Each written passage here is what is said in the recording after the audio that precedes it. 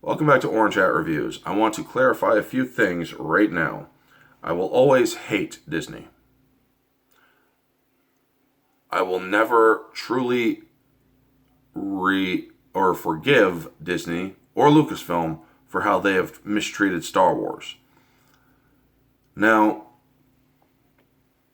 with that out of the way, I want you to understand that first and foremost. Secondly, I am a reviewer that looks at things from an objective quality as well as subjective. So if there is good quality in something, I am not going to lie to you based on my own bias and violate an objective standard. That would be wrong to do. So I am going to maintain integrity and tell you flat out, if something is good, it's good. So with that out of the way, let's get into this review for the second episode of The Bad Batch. This episode was good.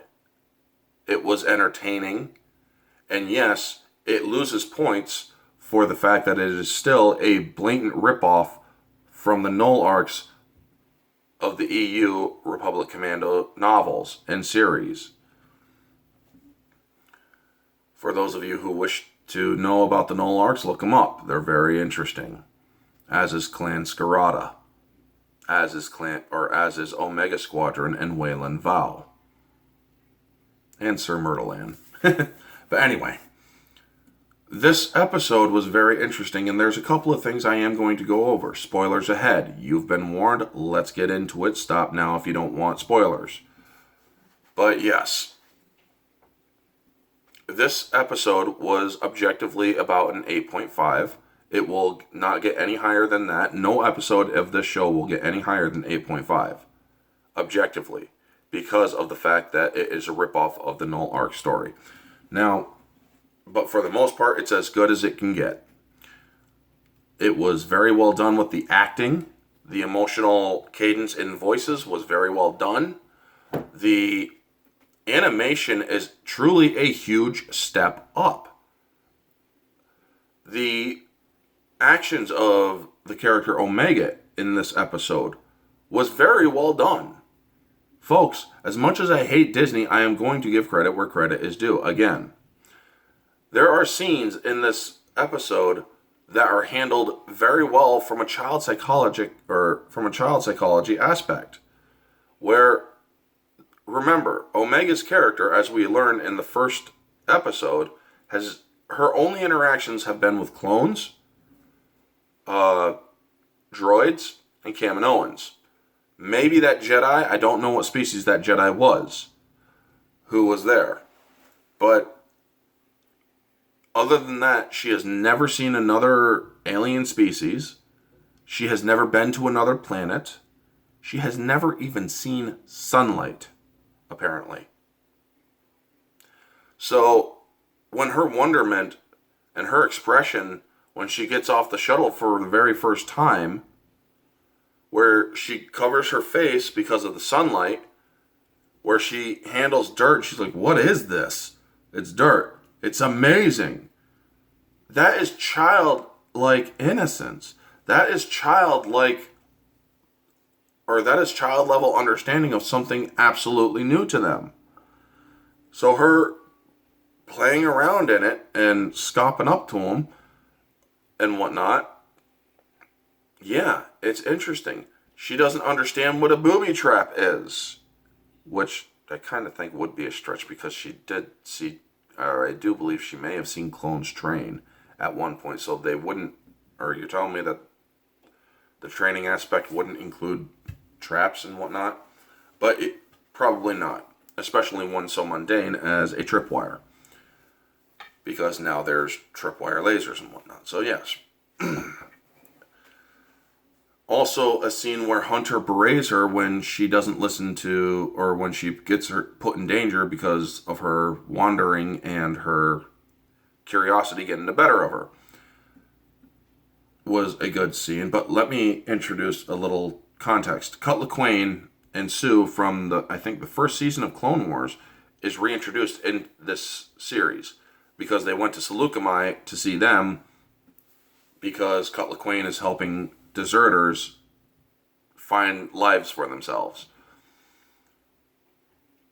So, yes, Cutler Quain, his twi'lek wife, Sue, and her children are there, and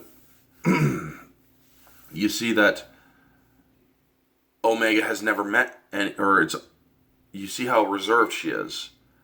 And you see how, hold on one second, folks. You see how she is indeed very standoffish. She's never met anybody like that before. So it's an interesting dynamic. She's never had fun. She's never played with other kids. So it's all new to her. So she looks to Hunter for affirmation, for approval. And he gives it. And so while she's learning how to play with him, she immediately recoils from the ball when they toss it to her. And they're like, the point is to try to catch it. And she's like, oh, okay, well, yeah. And then when she tries throwing the ball, she doesn't throw it perfectly. This is something she's never done. So she doesn't understand the concept of fun yet. It's really, honestly, never been something that she's used to, you know? So then when she throws it beyond the fence, they're like, it went beyond the fence. We'll have to get it another time. It's time for us to go inside now. She looks back, then looks back to go get the ball. She doesn't understand the danger. To Jack and Shea, it's obvious. So she has to learn the hard way. And then she gets berated for it after she gets attacked by a creature and saved. Now Hunter has a lot to learn himself. He berets her pretty strongly. And you can see how she cowers from it. And she's holding that ball real tight. She's seeking comfort in something new, and while something that is very scary to her is happening. Where Cutler Quain is gentle with her. He's like, you didn't, or she's like, I didn't know. And so the child aspect of this character's arc is interesting to me. And they're handling it very good and very accurately. How she reacts is very, well, predictable, because she seeks to no longer be a burden. She seeks comfort. So she goes back to the ship, so she's not going to cause any more trouble. It is a very normal thing for a kid to do if they have been berated too strongly. Hunter wants to give Omega to Cut and Sue because they can provide a life for her, and honestly, he's thinking for what's best for her. And that is actually a better option, to go with them, grow up, learn, have a family, and be part of a family. Where if she goes with the Bad Batch, well, they're already fugitives. It's going to be a life on the run for them wherever they go. But she still chooses to be with the Bad Batch. And the ending of the show is interesting because the conversation between Hunter and Omega, she's like, I know I screwed up and I know I have a lot to learn, but you don't have to get rid of me. I want to be here. I want to stay with you. And he immediately recognizes this. I have a lot to learn myself. And if this is where you want to be, then this is where you will stay. It is a very touching moment. It shows how the animators focus a lot more on emotional expression. This is objective quality, folks, and the objective quality is very high in this episode. They have actually gotten very good with how they do the show. Some of the writing may not be the best, but you know what? Nothing is perfect. Anyway, folks, I gotta say that this is something that I did enjoy. From a subjective standpoint, it's about a 9. From a showgoer where it's based solely on entertainment, it's a 10.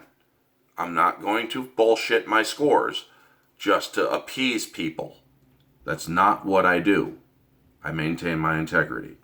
Anyway, folks, that is going to be the review.